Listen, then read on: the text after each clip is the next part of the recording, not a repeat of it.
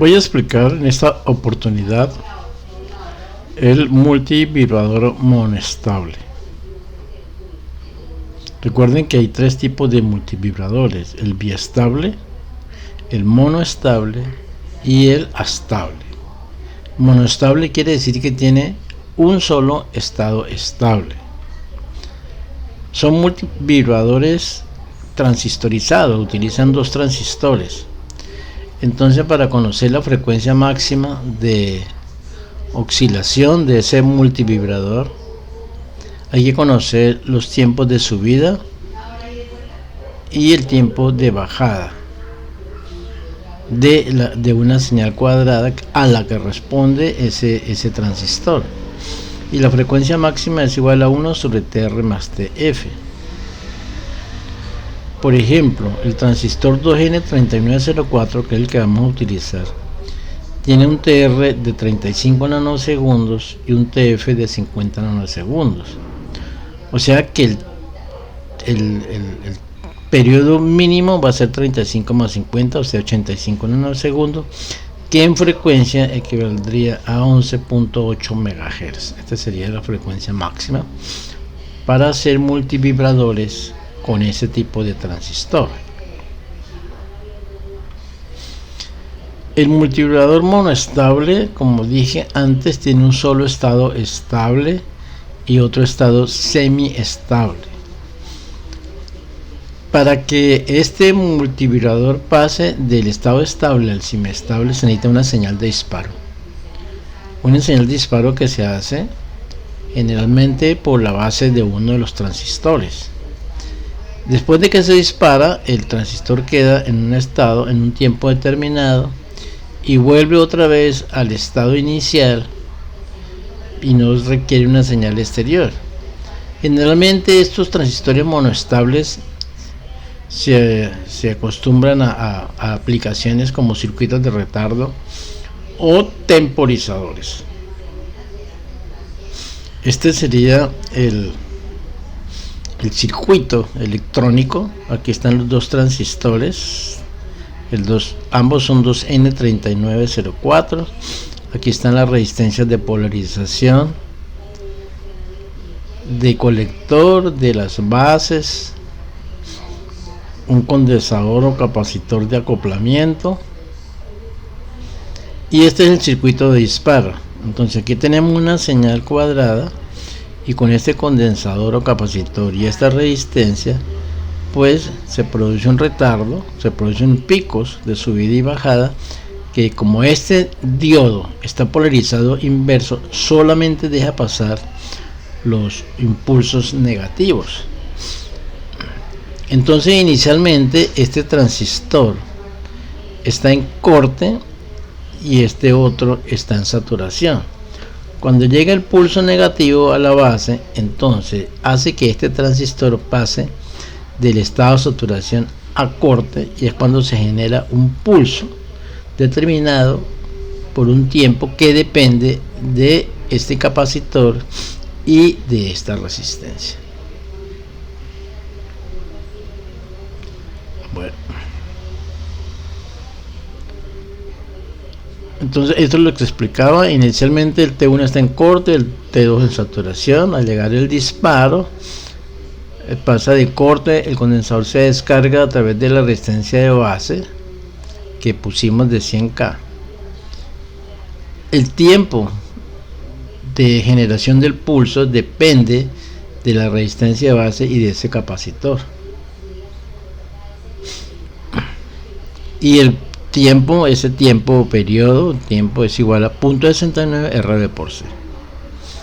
Si RB, por ejemplo, es 100K, como es el ejemplo, y el capacitor es de 0.022 microfaradio, entonces reemplazando esos valores, 100K, entonces 100 por 10 a la 3, estos son microfaradios, o sea por 10 a la menos 6, esto da 0.0015 segundos, o sea 1 milisegundos.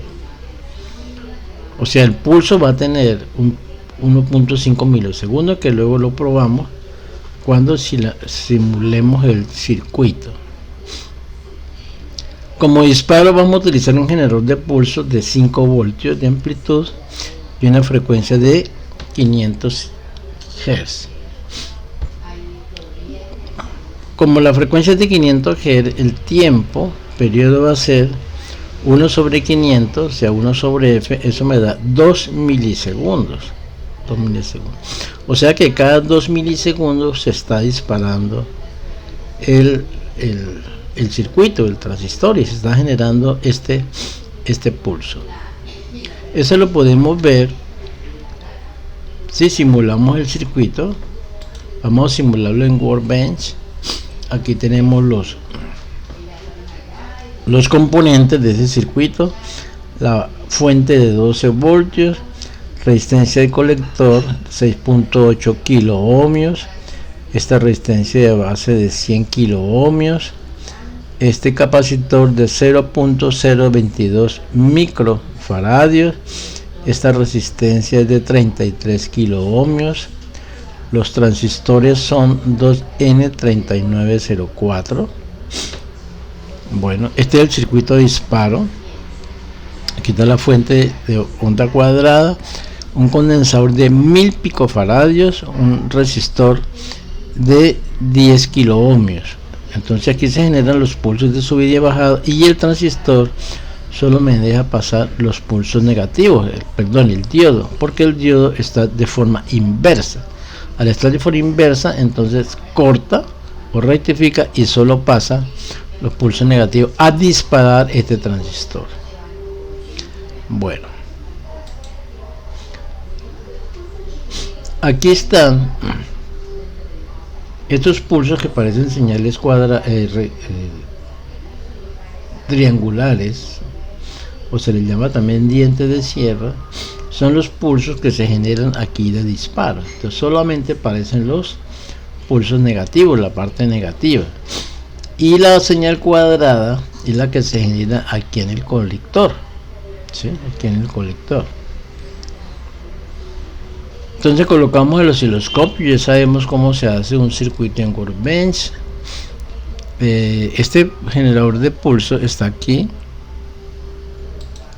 es este que está aquí, ¿sí? Lo tenemos que programar y le decimos que es de 500 Hz. 50% quiere decir que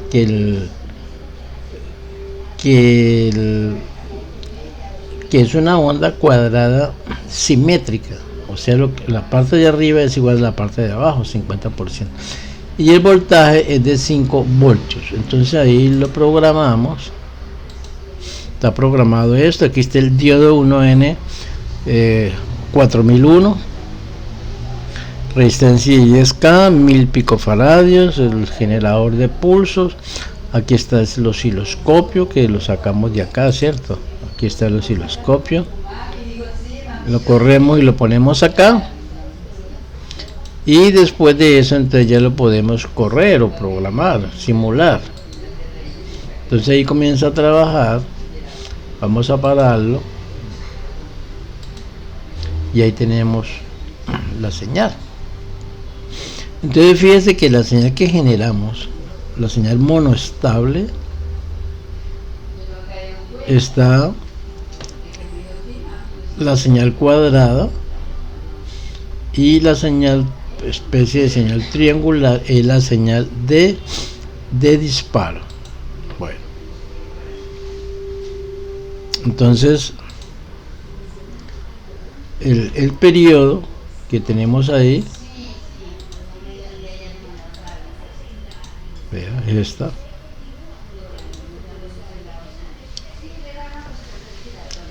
es un circuito multivibrador monestable, porque fíjate que genera un estado estable y luego otro inestable o semiestable. Bueno, aquí era donde le decía que miramos las características del transistor 3904, lo buscamos en la red, y aquí buscamos, es importante tener en cuenta eso, buscamos el TR que está aquí,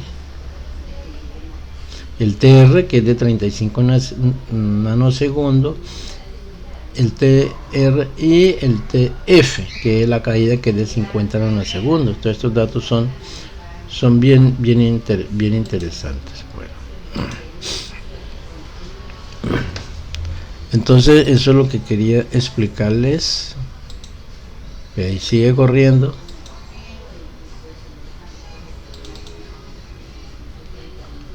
Vamos a quitar esto y a correrlo otra vez.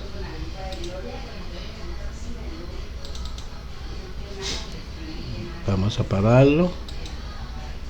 Vamos a mirar las señales. Ahí está. Si ustedes observan los cursores,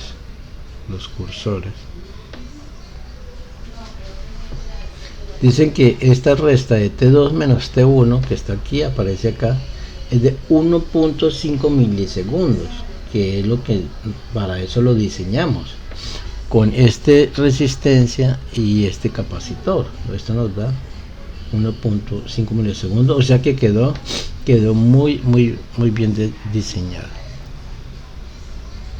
Bueno, eso es lo que quería explicarles. Sería bien interesante que vean el video, que se suscriban al canal, ojalá lo compartan. En los próximos videos vamos a hacer esto en la práctica, un laboratorio con protoboard.